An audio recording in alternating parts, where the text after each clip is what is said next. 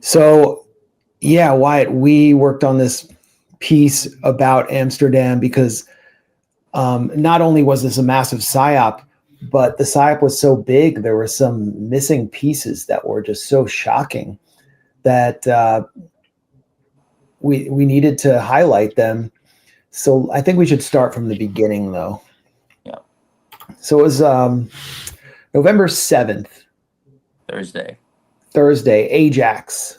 How do you pronounce it in Dutch? Ajax, I guess. Ajax, the local football club from Amsterdam, played Tel Aviv Maccabi. And when Tel Aviv Maccabi comes to town, chaos is likely to ensue, as it did in Athens, Greece in March, when Tel Aviv Maccabi hooligans, who are notorious for attacking leftists and Palestinians in their own country, beat an Egyptian man so badly on camera that he was hospitalized and rampaged through Athens. So they come into Amsterdam and everybody is preparing for violence, especially them. They're determined to instigate it. Things happen, which we're going to discuss in a second. And here's how the President of the United States responded. This is the propaganda. I mean, this obviously wasn't written by Biden. He can barely form a sentence without slurring. When he sees a baby, he starts biting the baby. The anti-Semitic attacks on Israeli soccer fans in Amsterdam are despicable and echo dark moments in history when Jews were persecuted. We've been in touch with Israeli and Dutch officials and appreciate Dutch authorities' commitment to holding the perpetrators accountable. We must relentlessly fight anti-Semitism wherever it emerges. That is clearly written by his AIPAC handler. Then we have north of the border,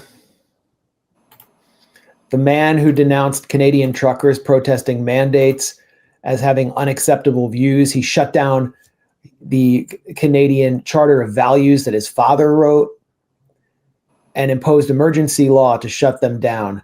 But hooligans that rampaged through Amsterdam, well, they were just innocent pogrom victims, according to Justin Trudeau, PM of Canada. The news out of Amsterdam last night is horrifying. This is a dark moment for our world, and one we have seen before. We've seen it before. I guess he's referring to the Holocaust or Kristallnacht. Yeah. My heart goes out to the victims and the entire Jewish community today. Canada condemns this disgusting anti-Semitism. Yeah.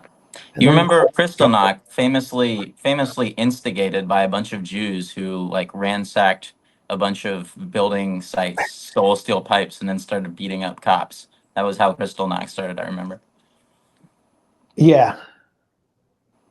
There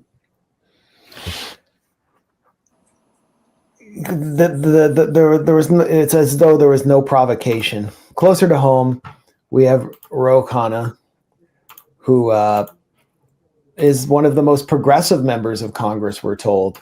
And he repeats the propaganda. I'm deeply disturbed by the attacks on Israeli civilians in Amsterdam who are simply watching a soccer game. They were simply watching a soccer game. I mean, just remember that line as we progress. Simply watching a soccer game. This ugly anti-Semitism must be condemned, and the Dutch must hold those who committed these crimes accountable. So I, responded quickly to Ro Khanna about simply watching a soccer game. No sound here. This is the Maccabi Tel Aviv hooligans. On the night before, they on one of two nights of them rampaging around Amsterdam. And they're singing a song, "Let the IDF win, to F the Arabs." The song includes the line, "There are no schools in Gaza because there are no children left." You can see this song being sung across Israeli cities as they commit genocide. This is in Dam Square in the center of Amsterdam. So yeah, these are just peace-loving Jews who are just there to watch a soccer game. They're going to hide in their secret annex. That's basically like Anne Frank right there. Yep. Yeah, I mean, you saw all this hysterical coverage of people talking about how they had to open their homes to poor, innocent, persecuted Jews as though they weren't, insane soccer ultras who are just notorious for being hyper violent. I wouldn't let any of those people into my house. Well, the Dutch authorities let them into their house, and this is what happened when they were let into Ajax Stadium. There was a moment of silence for the victims of the Valencia flood, and Israelis were actually already mocking the victims, taunting them because Spain had enacted a at least partial arms embargo on Israel. And so here's the Tel Aviv Maccabi cheering section. This is a moment of silence. Utterly disgusting. And they're doing it because of the Spanish arms embargo. Right. I mean, they're there to show total disrespect for the continent of Europe. And then it devolved from there. Apparently, the things were peaceful at the stadium. And there was a police presence at the stadium. And there was a piece in Yediot Aharonot, Wyatt, the Israeli publication, about how the Tel Aviv Maccabi fans walked out of the stadium, and they were just looking for peace. They were just looking for coexistence with the local residents there. Here's an excerpt from the piece. This is quoting one of their ultras, their hooligans. "We didn't know that the organized violent reaction from the other side was coming. Leaving the game, 10 Maccabi Tel Aviv fans were roaming the train looking for a Palestinian to beat up, in their words. They didn't find one. They arrived at the central station. At first, everything was fine." Well, they were just innocent Anne Frank reenactors looking to beat up one of the Untermenschen on a train in a city that wasn't theirs. And unfortunately, they couldn't find one. Everything was fine. Then they, eventually they got beat up, right? A pogrom. A pogrom is that's actually, yeah. I guess, going back a little bit in our timeline, this is the day that they arrived before the game. Here's what they were doing all around central Amsterdam. Because, if you go to Amsterdam, there are homes that have like anarchist squatters have taken over some homes there. It's like a part of the local culture. And they put up Palestinian flags and other flags. And these thugs were so horrified to see this that they just decided that it was their city and they could commit vandalism. And in many cases, they were permitted to. And so here's them ripping down one of the flags. They proceeded to burn them as the local police chief confirmed. This is somebody's home. Just imagine if that happened in your city. And, they were escorted to carry out this rampage by none other than the Mossad. Yeah. So what's going on here? I mean, what was the Mossad doing, Wyatt? Well, I would assume the Mossad was doing what they tend to do, which is to, quote unquote, protect the interests of Israel and Israelis abroad, which presumably means that they were there to act as kind of bodyguards and protect the Maccabi fans as they marauded through the city and, on this kind of night of mayhem and tried to find Palestinians to beat up, or at the very least, anybody of some kind of Arab-looking complexion, right? I mean, I don't know what else the Mossad would have been attempting to do during all this. They certainly weren't attempting to stop any of the violence. Yeah, I mean, they could have also been there to instrumentalize it or orchestrate it. Right. And I mean, as we reported, we highlighted a video by a 16-year-old YouTuber who's very popular in the Netherlands, in Amsterdam, named Bender. And he was really the only member of the media on the ground for the night of violence by Maccabi Ultra thugs. And one of the things he showed that I think was really important to show was the military style operation of these thugs. How they moved in a pack of about 100.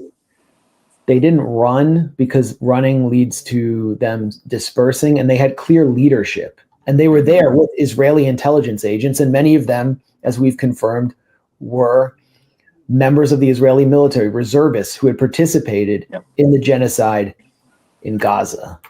So we should go through some of his footage really quickly, because I mean, and tell us, you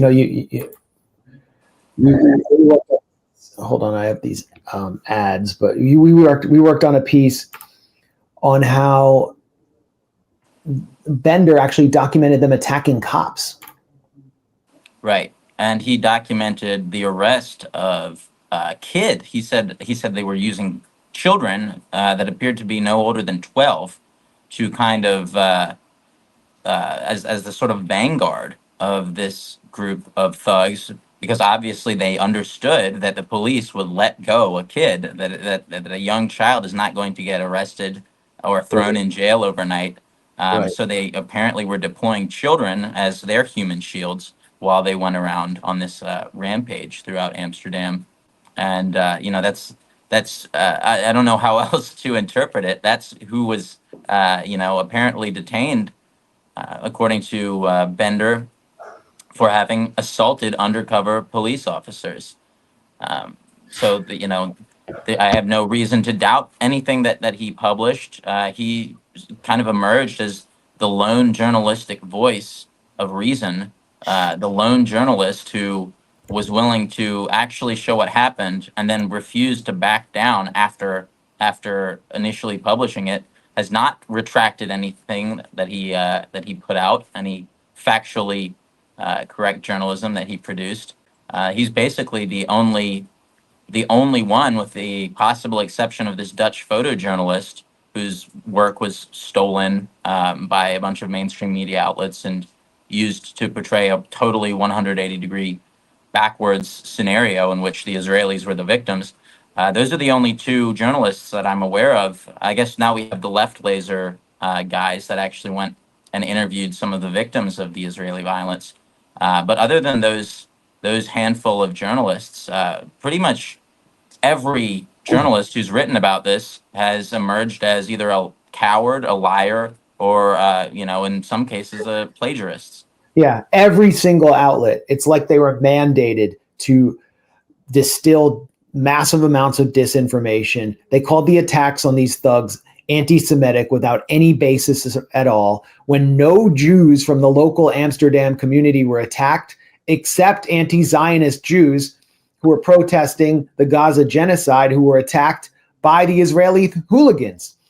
I mean, Washington Post, democracy dies and Zionist lies over there. I mean, it was just, the whole framing was completely fake. It was anti-Semitic attack on Jews in the streets of Amsterdam. The New York Times, same thing. I mean, what you expect from the New York Post and Barry Weiss's Free Press, making this out to be a second Kristallnacht, of course, but all of mainstream media was like this, and only a 16-year-old Dutch YouTuber did the job the rest of the media refused to do. He was there on the scene filming as these hooligans, many of whom had participated in the Gaza genocide, were rampaging through the streets of Amsterdam after their game, looking for violence, looking to harm people, looking to attack Palestinians and Muslims. And let's turn to some of Bender's report.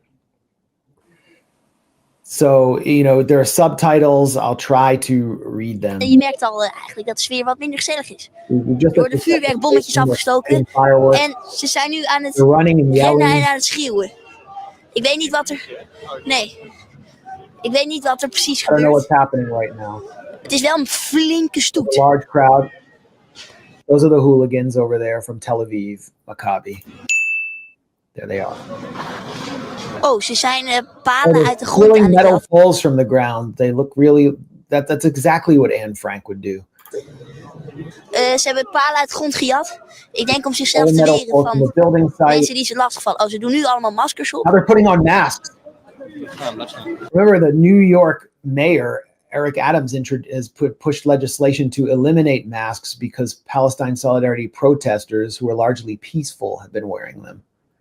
To ban masks from being worn in public. But here they're putting on masks with metal poles that they're pulling up from the street in order to attack people around Amsterdam, these poor pogrom victims. Er is geen politie, dus ik weet niet No precies. police around. Het is nogal een heel gespannen sfeertje. Oké. Here they go. Ja, politie. Here's police. So here's a lady running away from them. You can hear her screaming and crying. Screaming and crying because there's a band of genocide zombies storming through her city. Oké. Ze gaan achter mensen They're aan. running after people now. Veel politie. And you can hear the tings of things getting hit with metal poles too. Yeah, you can hear metal poles. Oh, palen naar de politie. Oh, metal poles are being thrown at the police car. I wonder who did that. Maybe it's the Israeli thugs that just ripped them up, a minute ago in this same video feed. The precious, sweet children of Zion. Throwing poles at the police car. Attacking cops. Zo. Whoa. Ze zijn een beetje uit elkaar. Taxichauffeur reed ook expres doorheen. Ze hadden van die bouwvakkerspalen uit de grond gehaald. They took the metal pipes from this construction site and started throwing them at people and the police vans. I mean, he's just announcing this in real time. It's like, there wasn't some calculated plot to make things up. And you can pretty much see what's going on in the background. En die op andere mensen gegooid en op die politiebussen. We zijn weer eens, zoals altijd, de enige media die er is. Politie vlucht een soort van vrijheid. Hij keert terug, alleen hij is in zijn eentje. This is the van they attacked and he's all alone and they're surrounding the van. De groep is hier. Hij heeft duidelijk meer versterking nodig, want dit gaat anders niks worden. Er staan 2 busjes. Yeah, remember this image of them surrounding the police van when we come up with the press, the statement that the chief of Amsterdam police came up with later, the day later. Yeah. Foreign thugs attacking a police van with total impunity.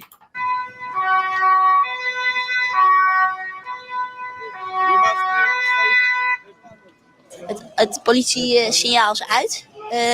Het leek op een vechtpartij, maar we weten niet precies met wie. Ik denk met mensen die tegen ze zijn. Het lijkt erop alsof ze misschien in dit hotel verblijven. Alleen ze trekken de stad in. En ze lijken niet bang. Ze schreeuwen veel. Je verstaat niet. Dus als je kan vertalen in de commands. The victims decide to leave their hotel and angrily march unafraid towards the city center. That's usually how they start and go. Yeah. In the comments. Sir, what's happening? I don't know. All right. Well, moving ahead, I think this is a point where the thugs start attacking undercover cops, which we'll watch in a second. Here we go. And so there are children apparently among the thugs who are like 12 years old. They have kinderen, ik denk, walking nog geen 12 jaar oud, lopen met stokken door de kleine straatjes voorop. En die zijn ruzie aan het zoeken. Dus je vindt een arrestatie plaats. Finally, someone's arrested. Kijk, ze hebben dus de kinderen. Look, they have these kids not even 12 years old, barely 1.5 meters tall, who just attacked these undercover police officers with a stick. So these are police detectives from the Netherlands police. You can see their unmarked vans, and they're getting attacked by 12-year-old Israeli psychopath genocide zombies in their own city. And none of this was reported by mainstream media, Western corporate media. It just didn't make the cut. And it was only because of Bender, the scrappy 16-year-old reporter's presence as the only reporter on the scene that we know this took place. Ik denk echt jonge kinderen, nog geen 12 jaar oud, dus een jochie van 1,50. En die heeft net gewoon een politieagent. That sounds like sounds that pogrom victims would make, a giant fireworks explosion. Undercover gewoon aangevallen met een stok. Maar ja, je kan ook moeilijk een kind van 12 het busje It's hard to ingooien. arrest a kid like that, but it looks like it's going to happen. He must have done something really bad. Maar het lijkt op wat er nu wel gaat gebeuren. Oké, de ME komt er nu uit met schild en stok. Ik denk dat het nu aanvallen wordt. Alleen wat ze niet beseffen is, Tel Aviv heeft ook schild en Tel stok. Aviv also has shield and stick. I mean, it's just so obvious. So basically, it all ends up, Wyatt, with the police kind of escorting them away. Right. They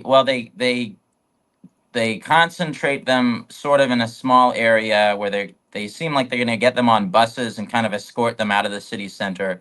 But for some reason, the police decided to do this right next to one of these buildings of squatters that you were mentioning that has Palestinian flags.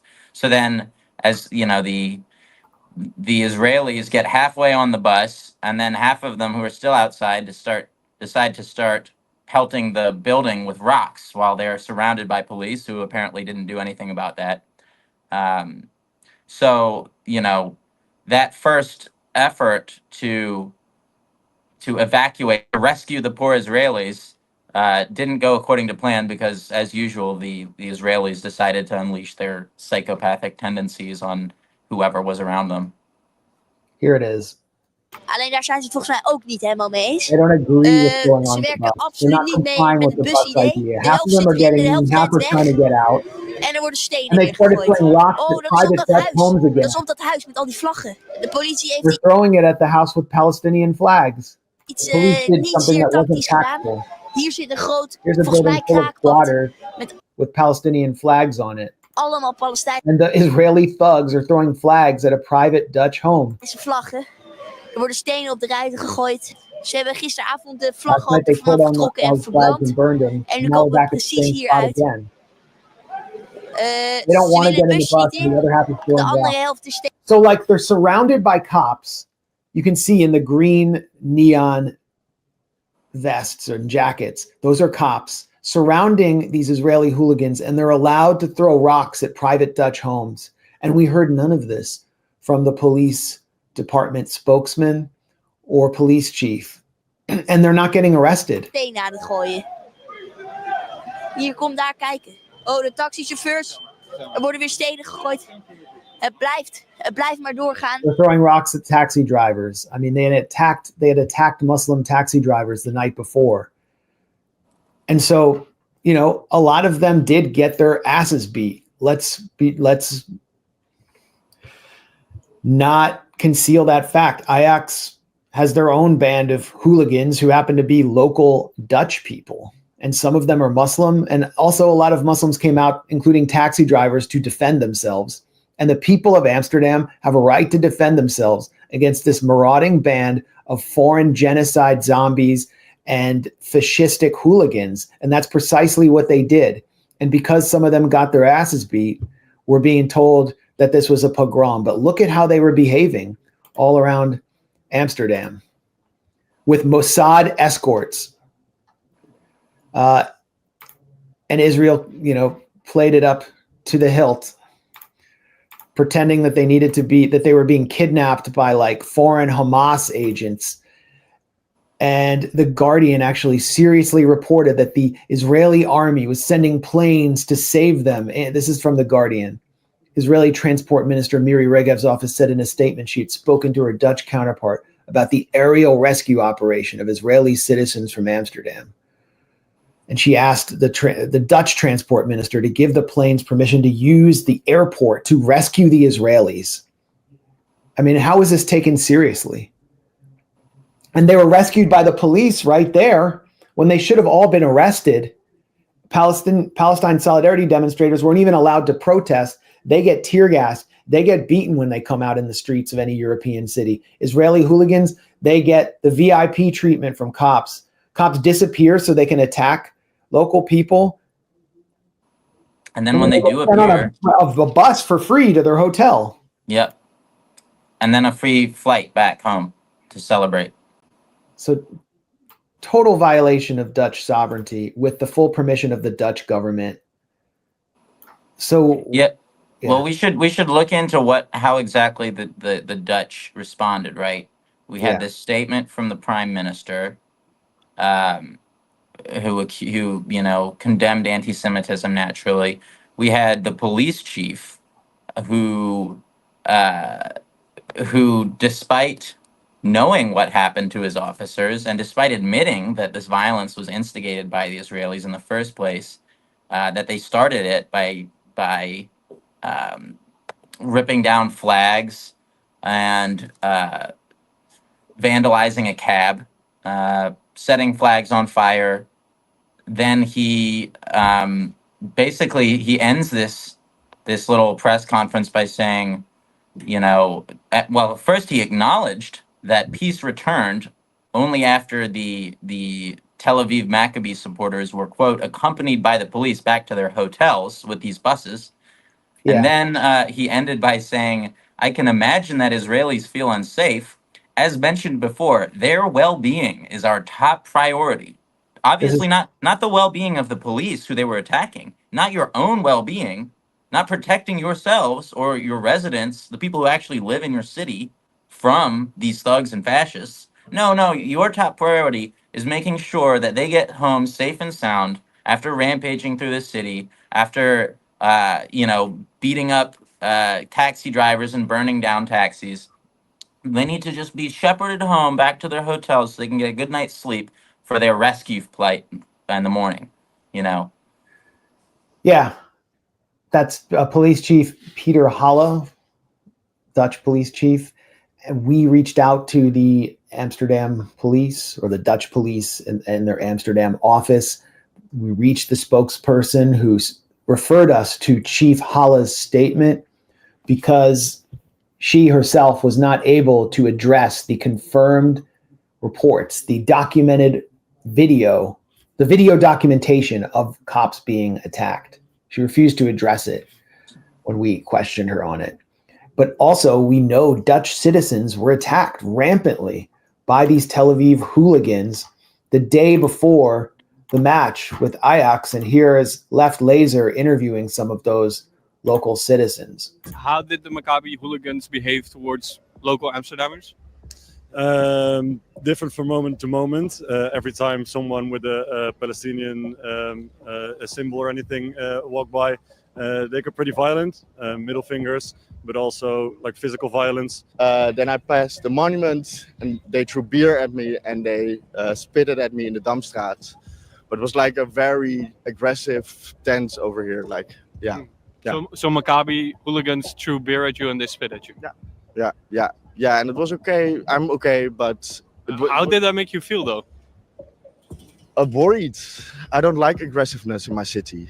Amsterdam has always been a tolerant city towards others, but when a group so aggressively comes in, I don't know, make me not feel at home anymore. At one moment, there was someone who was pulled off the bike, and we walked to there to just see what happened. And at that point, a glass bottle was thrown at us from the crowd of Maccabi supporters. So no, it didn't really feel safe at all. Maccabi hooligans threw glass at pro-Palestinian people just cycling by. Yeah.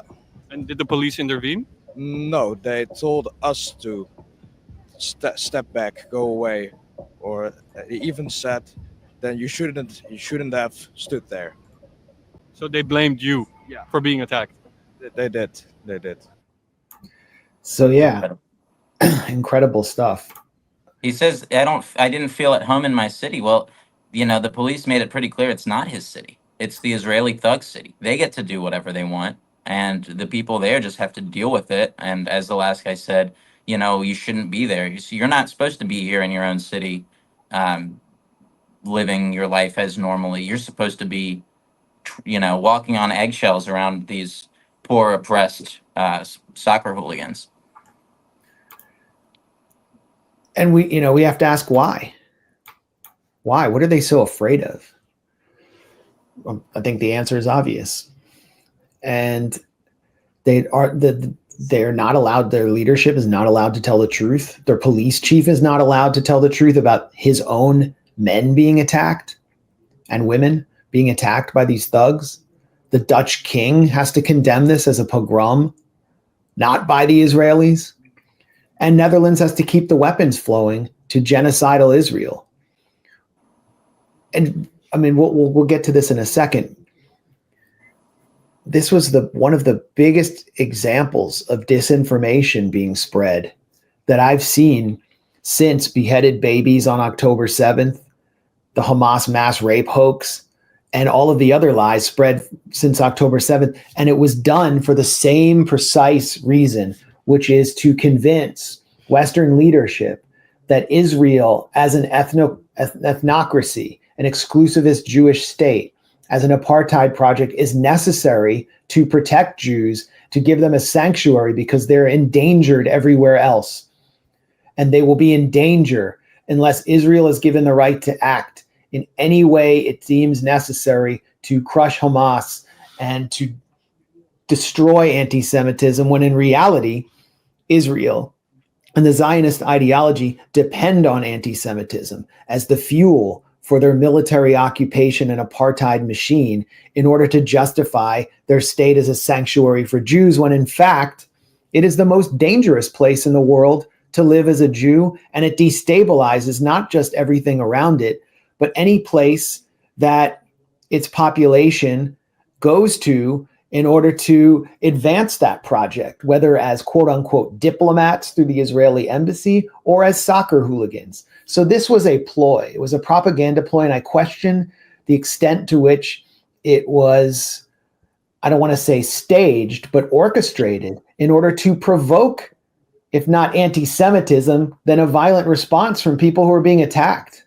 And now we have Israelis, all over the world. They're diplomats, they're Hasbara trolls, they're government propagandists declaring that the West has made this grave mistake by allowing Muslims into their countries, and that Israel will be their teacher and will teach them how to fight the terror from within, when the terror is clearly emanating straight from Tel Aviv.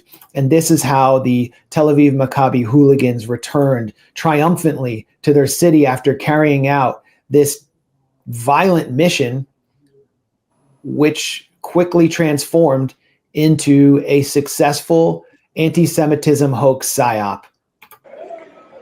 They're chanting, IDF will F the Arabs, death to Arabs.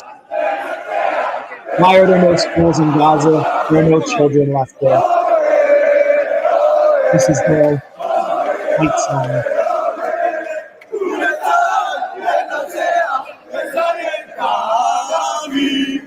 You know what it reminds me of? It reminds me of the footage of the Russians coming in to liberate Auschwitz.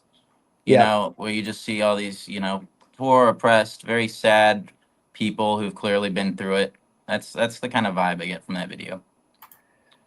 Definitely. I mean, it really recalls the liberation of the camps and the aftermath of Kristallnacht, the night of broken glass, when SS officers stormed through Berlin. I mean, that's what I think of when I see that, except they make me think of the SS officers. I mean, those are some serious, what Yeshayahu Leibovich, you don't know who he is, look him up, would have called Judeo-Nazis. That is just Nazism in action. I mean, everybody has their hooligans. Everybody has their soccer hooligans, but not everybody's football or soccer, or I'm American, soccer hooligans actually have a dual role as members of a genocidal Panzer or Einsatz group in division that is currently slaughtering the besieged native Untermenschen in their death camp. That's what makes this unique. And not all soccer hooligans can roam around the world causing violence and then claim that they are history's greatest victims simply because of their ethno-religious heritage. That's what makes this totally unique. Yeah, well, yeah, you're right. They do function as basically a paramilitary force that's not subject to any laws of war and just gets to go rampage through cities and do whatever they want, and then they get apologies from the country's residents, or their leadership at least, for anybody who fought back.